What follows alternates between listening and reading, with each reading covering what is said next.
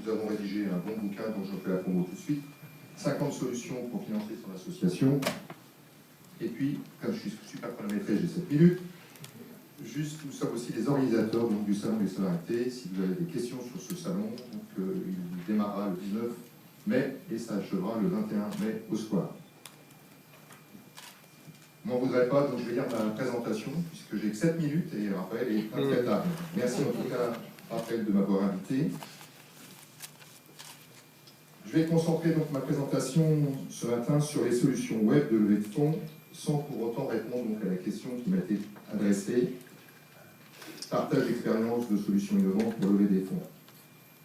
D'une part, c'est que nous n'avons pas peu de retours d'expérience sur des solutions innovantes, et d'autre part, il me semble difficile de dire aujourd'hui qu'est-ce qu'une solution innovante. Et j'aurais tendance à dire, tout dépend de notre niveau initial de connaissance.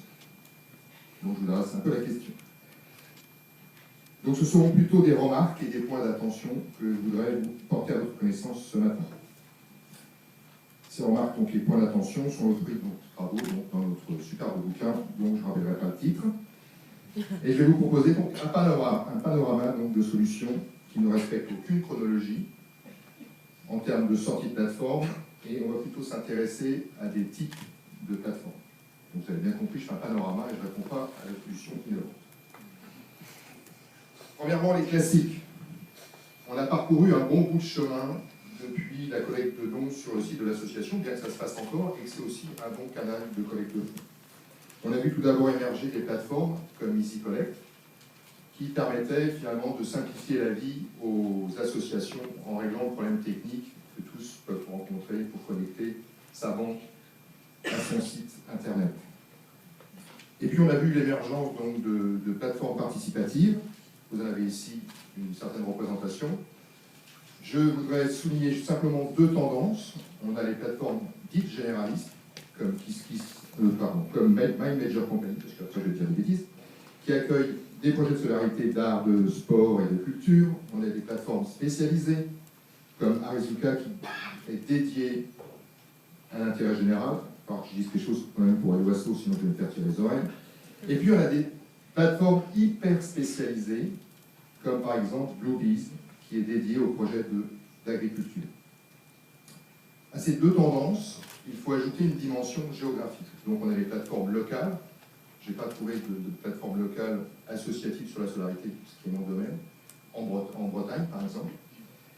On a des plateformes nationales, on a des plateformes européennes, comme Ulule, et puis on a des plateformes internationales, et j'ai encore retenu Bluebees, qui est un peu ma préférée. Donc chacune ayant ses spécificités, on a eu une... Vous voyez rien? J'en suis pas là? Non, tu me stresses. Donc chacune a ses spécificités. Donc Léa en a parlé. Donc le tutorien, avec ou sans contrepartie, avec ou sans commission. Voilà sur l'introduction, sur les classiques. Ces plateformes généralistes, ces plateformes spécifiques, ce rayonnement local, international, européen, en fait, on le retrouve sur tous les types de plateformes que je vais maintenant continuer à présenter. Raphaël. Nous avons les cagnottes en ligne, qui sont pour moi une espèce de dérivé des plateformes de crowdfunding classiques.